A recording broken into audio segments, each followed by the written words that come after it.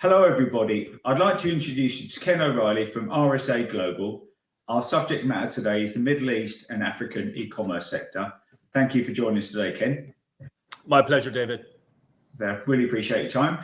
Can you give us an overview of your business and the sector it's in and how it fits in the supply chain, please? Yeah, sure.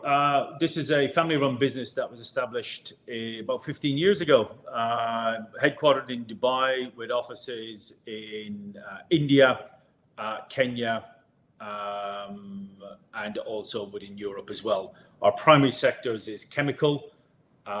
We also do cold chain for food and non-food related services, plus we then do dry goods and fulfillment, and also e-commerce. So we encompass everything that southern region of Middle East and Africa and India.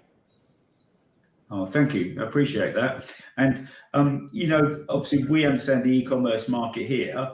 Is the e-commerce market in your region more or less developed than the UK market? Actually, in some respects, it's less developed, and in other respects, it's more developed. So if you take, for example, post-COVID, so pre-COVID, everybody was cash on delivery and everything associated with that kind of services. That's moved on from, say, Europe and the UK. Now, it's all card on delivery, and it's growing in double digits. So what's happening at the moment is a lot of brands in Europe and in the USA are looking to the Middle East and Africa as an opportunity to expand. So we get a lot of contact from various brands to talk about how they enter that market. It's a very diverse market. It's also a very brand savvy market. And also in India, you'd be surprised to know that a lot of product goes out of India into the UK, for example. Apparel being one area, for example, in terms of cloth and other related services go there. So we're seeing a huge growth both cross-border and also within the region and domestically as well within certain countries. Oh, thank you. And are the delivery options in your region as sophisticated as in the UK or more sophisticated? And also, do you have a Pudo locker solutions as well? Yeah, so Pudo lockers are developing. It's not as developed as, say, in the UK, but delivery services have moved on a huge amount. But each country has a unique set of challenges or a unique set of conditions. So whilst we're based here in Dubai, we manage the delivery experience across currently 17 countries. Some of the countries we also have within Europe that we manage as well. But for example, in Africa, we operate in Rwanda, Kenya, Tanzania, Uganda, and South Africa. So you can see there's a disparate sense of countries there that we operate within. And then in the Middle East, we have everything from Saudi Arabia, Egypt, right through to Oman, the Sultanate of Oman, Qatar, and obviously domestically in the UAE. But each of them, again, have their own challenges. Each of them have their own customer experience. Each of them have slightly different customs functions that we have to manage as well. Plus, there's a number of restrictions that some of those countries impose as well. So HS codes, for example, are extremely important in terms of having that smooth delivery. I think the key point probably for a lot of brands out of the UK and Europe, say, would be to think about is the delivery experience in terms of time to market in the UK can be next day. Here in domestically in the UAE, particularly in Dubai, we do delivery same day. Delivery slots are 15 minutes, for example. So something you typically see in the UK as well. But once you go across border, then you do have to accept that some of the delivery experiences are very different. And what RSA Global does uniquely is manage that delivery experience very, very carefully, because that is exactly where the repeat business comes from. Okay, no, that's really good, and that's fantastic. So, in your business, tell me about, you've told us a bit about your business. What would you see as its specialisms, particularly in the e-commerce sector, actually? Yeah, so at the moment, one of the things we do is we work with a lot of brands in helping them enter the market. So if you look at, say, for example, I've just recently come back from China. We were looking at some of the big brands there and working with them. Part of the experience you got to do is understand how you market to these communities and countries, how you understand exactly the delivery experience that runs behind it. Just because it works in China or the UK or parts of Europe, it doesn't necessarily mean it works very well in this region as well. So part of what we do is work with the clients in terms of understanding how it is. So I'll give you an example. halal related products, say for example, of certain environments, extremely popular, obviously here for religious reasons, but a lot of that product comes from Turkey, for example, or Uzbekistan or Kazakhstan or areas like that. So again, what we do is we work with various brands to help them understand exactly certain markets that wouldn't be obvious, but given the diversity within, say, the UK, a lot of that would be quite understandable as well. So these are things that we do, is we bring that local knowledge and that regional knowledge together with the brands that make sure that they're actually successful in entering that market, which is something that we've got a long history and experience with. No, thank you. And I ask everyone this, what brought you into the lovely logistics sector? Oh, let's go back a few years. I started my logistics career as a postman with Royal Mail many years ago in West End of London. And I was only going to join for 6 months, and here I am a number of years later, still in the logistics field. It's been one of the most interesting, and I've worked all over the world. I've lived in some amazing countries as well. So for me, it just started a lifelong interest in terms of how do you move something from A to B, and how do you actually make it work. And that level of curiosity hasn't stopped. No, thank you. I appreciate that. What are the current challenges in your marketplace for your business? At the moment, it's a combination of trying to explain to people, particularly say in the UK, Europe, and again in China, for example, of how this region works, and how lucrative it can be. I mean, Middle East and Africa, to me, is one of the major untapped markets for, say, Western brands. And people sometimes sort of misunderstand exactly what that region looks like. You know, there's a huge market in Saudi Arabia. There's a very diverse market in the UAE, but also you have Qatar, and you've got Jordan, and you've got the Sultanate of Oman, all of whom are very interesting markets, and all of whom have got a high spending power. Once you go off into Africa, within the African Union, I mean, some of these countries combined have got twice the population of the United Kingdom. And they have, while in some respects people might think they may not be as interesting to those brands, so it's hugely popular, to be honest. And again, this is where sometimes within the UK PLC, people kind of forget that actually English speaking, which is predominantly the bridge language that people use across these countries, means that there's a lot of interest in iconic British brands, for example, or certain European brands as well, that can come into the market and do extremely well on the back of that. Okay, so and I thought that was meant or by accident, because I was asking about what the challenges are, and you told me about the opportunities, which was great. Yeah. And in some ways, you answered the next question already, so that's good. But are there any sort of challenges with we've got things like inflation, the economy. What are the economics like over in your part of the world? Yeah, well, UAE is growing from strength to strength. I mean, all you got to do is look at Dubai as where it is. But within there's 7 Emirates as well. So we've got Abu Dhabi, we've got Sharjah, and other Emirates across that piece. If you take Dubai at the moment, it's probably growing too fast. It would be the challenge. Speed to market is incredibly important. But if I look at, say, last mile delivery, it's highly commoditized, almost too commoditized. What it lacks is the delivery experience. What it lacks is the understanding that it says if it's going to be delivered on a certain day and a certain time, it is. Particularly when it comes to cross-border experiences, that is something that is causing the issue. When you then move across to different sort of regions, say Saudi Arabia from Dubai, or say into the Sultanate of Oman or other regions, then it does take a lot longer than people appreciate. So geography, sometimes it can be a challenge to us as well. When you look at the wider market, the amount of business that's going on here within the United Arab Emirates is of such a scale that, to be honest, there's probably too many initiatives. There's too many things that you could probably do, and e-commerce suffers from that as well. So there's always something new being launched. There's a new brand, or there's a new platform, or there's a new experience that has been growing. It needs a bit more time, in my opinion, to mature some of those markets. For example, Amazon is here, but most of the products are fulfilled from outside of the UAE. You've got Noon, which is a local grown hero here, which is growing at phenomenal rates. to challenge the likes of an Amazon. And that's what you're seeing more of. You're seeing a lot more platforms working across that piece. And that's something that, to be honest, when you look at the wider brands, can in itself cause itself some trouble.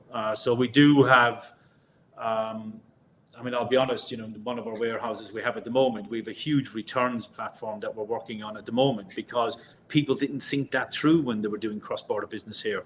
And now it's something that we're having to address with some of the bigger brands. So yes, there are some growing pains here, as you'd expect anywhere else in the world. Yeah, and it's been the same in the UK and Europe. Obviously, returns is a challenge, isn't it? And everyone wants to, be greener and all those things. In the markets you cover, are you getting more and more developments of, people reselling products? Like, our one is Vinted in the UK. Do you have a similar, or do Vinted work over there, or do they have a similar model over there at all? There are similar models also. Again, TikTok, Instagram, all of those other mobile platforms are growing exponentially. So you're finding a divergent of a lot of those solutions across those places. And retro products and style never go out of fashion here. It's the city of cool Dubai almost in terms of that side. So you will find a lot of retro products coming in. You'll find a lot of sort of that return and make do. There's a number of, and I've noticed recently, and I'm not an aficionado of handbags, but I've noticed recently a lot of shops doing resale of very, very expensive products like that, for example. So there is a very much growing market, a very maturing market in that environment as well. Oh, thank you. And what, because you painted, a good picture of the opportunities as the growth of the marketplace. So thanks for doing that. What are the people in the sector not talking about that, with your experience, perhaps they should be? I think if you kind of look at it, it's a very disaggregated market here at times. So some of the brands, for example, will have a distributor agreement here in the UAE, but it then doesn't grow and mature that brand particularly fast enough. So there are some long-term relationships here in terms of distributor agreements that seem to be quite odd for, say, a European brand to do or a UK brand to do. So that traditional bricks and mortar is very, very strong. So I know obviously there's a bit of a crisis in the bricks and mortars in the UK, but here shopping malls have developed themselves into very much that kind of user experience. You will find, because obviously with the weather here, you will find all sorts of entertainment in some of the malls here that are truly quite something that the UK could learn from. But what it lacks is the innovation in terms of that direct marketing. I think that's still some growth there. So if I was a UK brand looking to come into the market, I really would look at that wider vertical integration.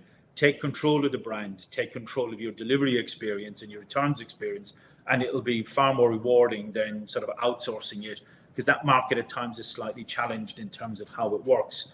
So that's what would be my advice as people comes in, which is what we do in RSA. We spend a lot of time considering exactly how we smooth some of the bumps along the way, particularly with, say, customs or certain other sort of regulatory requirements that they have to have here as well. Okay, yeah, and obviously gives probably a more nimble experience for the distributors, that they can flex to the market requirements, isn't it? Because things are always evolving and developing, as you say. Yeah, and over here now, the green transition is a big sort of development challenge. Is the green transitions happening over there? Is it further ahead of us, behind us, or similar? Well, it's actually a hot topic. You go to any of the hotel groups, there's a lot of holidays and transit companies, transit customers that go through, say, the Dubai airports, So there's a lot of focus on green. Obviously, we live in an extremely hot climate as well, so our summers can be extremely warm, so everybody's on air conditioning. So there's a lot of renewable energy. Here in RSA Global, we have a very clear sustainability strategy. So we're about 95% of our entire power, and maybe even slightly higher, is generated by sustainability areas. So we have our own photoelectric activity. So all the car parks, for example, in our roofs, we've got all of that covered in a way that says we can generate our own power. But there is, I mean, obviously water is a huge issue for us as well. But I think, to be honest, the power generation that we have, I mean, again, this fossil fuel kind of transference that everybody's talking about at the moment, and, you know, some of the other aspects, some of it is taking traction here. There's a lot of hybrid cars. I'll be honest, I was in Shenzhen recently at a meeting, and what struck me there was the scale of EVs that were all over the city. So, you know, it is happening. There are lots of changes going on here. We're very much focused on that. Dubai has a clear strategy for turning itself into a very, very focused, sustainable city. And they're talking about now making it into a 15-minute city, for example. Abu Dhabi is doing a huge amount of changes as well. I think the challenge we have is that, again, a lot of our food comes in by air and sea. A lot of our potential customers come in by air. A lot of our products can come in by air. So again, the developments within the wider air cargo market is certainly something that everybody needs to focus on. And it's very much a hot topic here in terms of different types of fuel, different types of loads in terms of what we're doing. So it's very much the case. I think the wider challenge that I have, and I'm just speaking from a wider logistics perspective, is everybody's focusing on the car or the EV vehicle, but it's where you source your power from and what that power looks like. So again, one of the benefits of working in supply chain and logistics is you understand the true end-to-end cost of what you're doing. And I think that's something that's probably missing in the wider debate, particularly I'd say in Europe, because everybody thinks if you have a car that's electric, suddenly you're Mr. Green or Mrs. Green, which is not necessarily the case. Here in the UAE, if I look at how they're trying to divert themselves away into different sectors and markets, then yeah, I can see a proper green agenda developing here that looks at integrated solutions, which I think probably we could teach UK and Europe a thing or two about. Yeah, and it's good if we can all share the best practices around the country, around the world, you know, and learn from each other, you know, because it's the world is changing, but the challenge is everyone's trying to do, you know, follow the green transition, but obviously, you know, the cost of running vehicles and aircraft is high, and you know, it's very difficult to make them green, isn't it? Very difficult. True. I mean, in my previous company, I was in seafood, and I've given an example of, I mean, whilst I understood some of the damage to our oceans, for example, but if I look at the plastics that's in the oceans today, and it's a bit of a hot topic for me in terms of just watching that goes with it, I think our responsibility for turning green is pretty simple. It starts with ourselves. So what I would look at is if I encourage anybody to do anything, is divert yourself away from plastic as much as you can. Because to be honest with you, we take for granted what's on our supermarket shelves. Actually taking a bit of thought on the plastic bag, the plastic bottles, the reusability of all of that, I think is something that's talked about. And again, the microplastics that's in our sea and our oceans. I know we talk about electricity and cars, but actually the UK is a coastal country. You know, there are certainly things we could learn from other countries that are managing that problem a lot more. And I think it's something that we don't talk enough of in terms of the plastic use, to be honest. Okay, no, thank you. I appreciate that. And during your career, you know, what developments in the sector have surprised you most? I think, to be honest, the speed by which, I mean, I've started doing, when I was in Royal Mail, I started doing some work back in the early 2000s with Amazon, and watch Amazon grow at the rate it grew and the scale of it grew. I really wish, and again, I made an observation to a colleague of mine. I said, who on earth will buy books and CDs off of a platform like Amazon?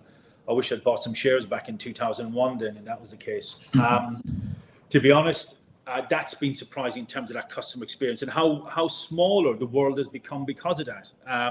You know, products have been sourced from all over the world, good or bad in terms of the green agenda, but it's brilliant to watch the world become smaller. We're talking to countries and languages and peoples that hitherto we never would do that. And I think that's brilliant as well. I think on the logistics side, it's the scale of what you see in each country. I mean, every new job I've done or every new country I've lived in, I've learned something new from that culture and learned something new from the environment. But they're the same old challenges. I think if I look at today and look at the power of, say, AI, I mean, I find it brilliant. I mean, it's just, again, I've been around the industry a long time, but I mean, the genius nature of humanity to develop AI My next question is, we're slightly lazy. We can't figure out what to do with it yet. But if I look at that in logistics in terms of its potential, I really would want to see, I'm really looking forward to seeing what the next 5 years will look like for that type of platform, for example. Okay, no, thank you. And the last question we're asking everyone is, if you could speak to the Prime Minister, what would you ask them to do for your business? So conversely, what would you ask the government to do that could help your business to grow and flourish locally? Oh, that's a great question. I've been thinking about this one for quite some time. And obviously the current Prime Minister is, I think, just over 100 days in office. I think he's a lot to learn, to be honest. If I was to ask one thing out of it, it would be how the United Kingdom develops its import and export strategy. So for me, I would almost take UKTI, which is the investment arm and the trade arm of the government, and I would almost privatize it and give it to somebody like Richard Branson, because they do a better job of selling the United Kingdom or Great Britain than actually our current government does. There's a huge amount of goodwill for what the UK can offer. And I think and I'm speaking as an Irishman here as well, I think the UK undersells itself. I think it doesn't lead with its front foot. It spends too many times apologizing for itself. What it should do is take some pride in what it does. And internationally, there's a huge amount of goodwill. And the amount of times I speak to people when I'm there, obviously, the first thing I have to explain to everybody is that I'm not English, but I just end up saying, look, I come from London, because it's too difficult to explain where Ireland is from. And the minute you mention London, that's it. They talk to you about everything from football to music to culture, and then are interested in the brands that goes with it. And I think the UK government needs to put that on steroids. That would be my question. Give it to Richard Branson or somebody of that ilk, and then let them to go in and sell the UK. Because if he can sell Virgin, as Richard Branson has done, he could sell the United Kingdom a lot better than our current civil servants, which oddly enough, I did have a smile about, because I do know at the moment that the civil service are too worried about coming into the office these days, I hear from the United Kingdom.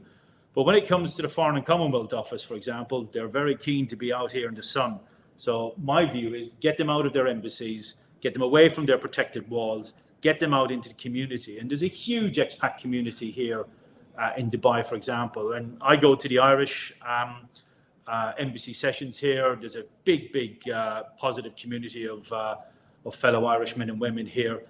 Let's get the UK doing the same. And that's what I think is really strange. In every country I've been to, I see other embassies in other countries selling themselves so well, New Zealand, Australia, in particular, even the US. But when it comes to the UK, they're too busy hiding behind their walls in the embassies. So that's what I would say to the Prime Minister. Okay, that's wonderful. So I just want to say thank you. Thank you so much, Ken, for going over it, because obviously, when you look at different markets, it's nice to hear, while the problems are sometimes different, also the same. And it's good to hear that. So I really want to say thank you very much for your time, and I'm sure the viewers and listeners will really enjoy it. Thanks again, Ken. Take care. Thanks a lot.